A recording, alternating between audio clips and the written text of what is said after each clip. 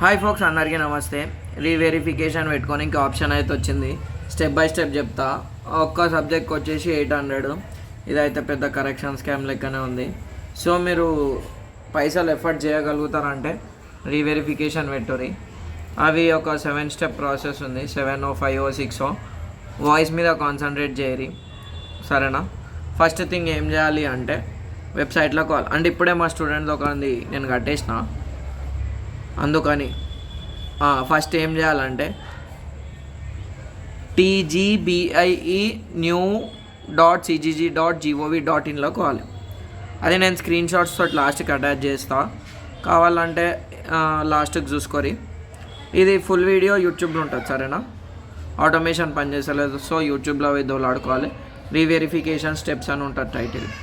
Second ఏం చేయాలంటే student online services మీద క్లిక్ చేసి reverification of valued answer scripts అని లెఫ్ట్ సైడ్లో ఉంటుంది, కొట్టాలి. కొట్టినాక ఎట్లా వస్తుంది అన్న అంటే కొట్టినాక ఇట్లా వస్తుంది. ఇగో ఈ వెబ్సైట్లో పోవాలి. tgbienewcgg.gov.inలోకి పోయి స్టూడెంట్ ఆన్లైన్ సర్వీసెస్ వస్తాలి. ఇక్కడ reverification of valued answer scripts వస్తాలి. హాల్ టికెట్ నెంబర్ వచ్చి గెట్ డేటా వస్తాలి. వచ్చినాక ఏమవుతుంది భయ్య అంటే నీ డీటెయిల్స్ వస్తుంది, నీ రిజల్ట్ డీటెయిల్స్ వస్తుంది. Roll number, candidate name, father name, codes, mobile number ఎవరిదైతే రీఛార్జ్ ఉంటుంది, మెసేజ్లు ఎవరివైతే డిలీట్ చేయరో వాళ్ళ మొబైల్ నెంబర్ వేరే వాళ్ళు ఇవ్వకూరి. జీమెయిల్ ఇచ్చేసేరి. దాని తర్వాత అడ్రస్లో స్పేస్ ఇచ్చినా తీసుకుంటలేదు, సో 1 word హైదరాబాద్ అని పెట్టేసారు. ఏం కాదు. నువ్వు సబ్జెక్ట్లో ఇంకా టోటల్ అమౌంట్ చూపిస్తుంది. ఒక్క సబ్జెక్ట్కి 800 తీసుకుంటారు, 800. ఇదైతే పక్కా స్కామే.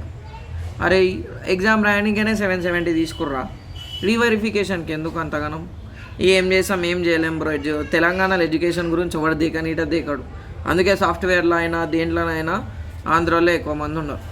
తర్వాత ఏమేమి ఇచ్చిండు చదువుతాం చూడు. Check and provisions adopted during the reverification of valued answer scripts. ఇలా ఏమి ఇచ్చిండంటే కాక దేనికైతే మార్కులు వేయలేమో దానికే మార్క్స్ వేసాము, మార్కులు వేసిన దాన్ని మనం కరెక్ట్ చేయము అని అన్నాడు. ఏం కాదు, మనకి పీడిఎఫ్ వస్తుంది, చేయొచ్చు. ఇది అయినాక ఏం చేసావన్నా కింద మూడిట్లా ఏదో ఒకటి. నేను బిల్ డెస్క్ సెలెక్ట్ చేసుకున్నాక యూపీఐ తోటి కట్టినా. నేను యూపీఐ తోటి స్కానర్ వచ్చింది, ఈజీగా అయిపోయింది. 1600 కట్ అయింది. ఎక్నాలెడ్జ్మెంట్ నెంబర్ వస్తుంది మనకి. ఈ acknowledge click here to download అని ఉంది కదా, అది డౌన్లోడ్ చేస్తే మనకి ఎక్నాలెడ్జ్మెంట్. సో రీవెరిఫికేషన్ పెట్టే ముందు ఏం ఆలోచిస్తానంటే మీరు ఫస్ట్ ఇయర్ వాళ్ళు అయితే ఇంప్రూవ్మెంట్స్ రాసుకోరి. ఒకవేళ పర్ఫెక్ట్ రాసినాము 100% కాన్ఫిడెంట్ ఉందంటే పెట్టేసారు. పోతే 800 ఏం కాదు, పీడిఎఫ్ వస్తుంది. ఆ మార్కులు ఒకవేళ నీకు 60 వచ్చినా కానీ 60 కంటే తక్కువ ఇయ్యరు. 61 62 వస్తేనే మార్కులు ఎక్కువ ఇస్తాం. 60 కంటే తక్కువ అయితే ఇయ్యరు, సరేనా? Hope for the best. అది కట్టినామని చెప్పి ఇంప్రూవ్మెంట్స్కి చదవకుండా సప్లీకి చదవకుండా ఉండకును. ఓవర్ కాన్ఫిడెన్స్ తీసి జోబులో పెట్టుకో. కిరాక్ రాసిన వాళ్ళకే ఫెయిల్ గిటే చేసారు. ఒకడున్నాడు స్టూడెంట్, వానికేమో 12 మార్క్స్ వేసిండు. దాంట్లో ఎగ్జాక్ట్ వెనకలోడు దింపిండు, వానికేమో 52 మార్క్స్. అంటే 10 మార్కులు ఫరక్ ఉంటాయి, 40 మార్కులు ఫరక్ ఏందని నేను షాక్. అందుకే జర ముఖంలో కోపము పిచ్చి దింగుతుంది. నిజం చెప్పాలంటే ఏం మోడల్ కరెక్షన్స్ చేసిరో ఏమో అలాగే తెలవాలి. సో మీరు కాన్ఫిడెంట్గా ఉంటే రీవెరిఫికేషన్ పెట్టు, పీడిఎఫ్ వస్తాయి, సరేనా? All the very best. లక ప్లేలిస్ట్ వచ్చేసి 2026 ఇంప్రూవ్మెంట్స్ అని ప్లేలిస్ట్లోనే ఫస్ట్ ఇయర్వి సెకండ్ ఇయర్ 1 ఉంటాయి. ఓపిక పెట్టుకొని చూడు, మంచిగా చదువుకో, మంచి మార్కులు తెచ్చుకో. మంచిగా రాసుడు ఒక్కటే మన చేతిలో ఉంది. అవలవలగాళ్ళు కరెక్షన్ చేస్తారు, పిచ్చి లేపుతారు. ఇక పోనీ మనం ట్రై చేస్తాం బై. కొందరు రీళ్ళు 10th సర్టిఫికేట్ నాకు కొనికే పీక్కోనికే కాలబెట్టినికే అంటారు.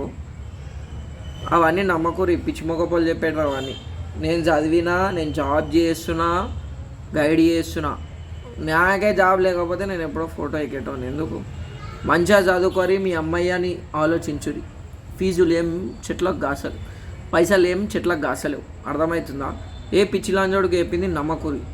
చదువుర్రి, చదివే టైంలో చదువుర్రి, అబ్బా లేదా చదువు మానేసి దందా పెట్టుకోరి. At the end of the day నీకు నువ్వు హ్యాపీగా ఉండాలి. అర్థమవుతుందా?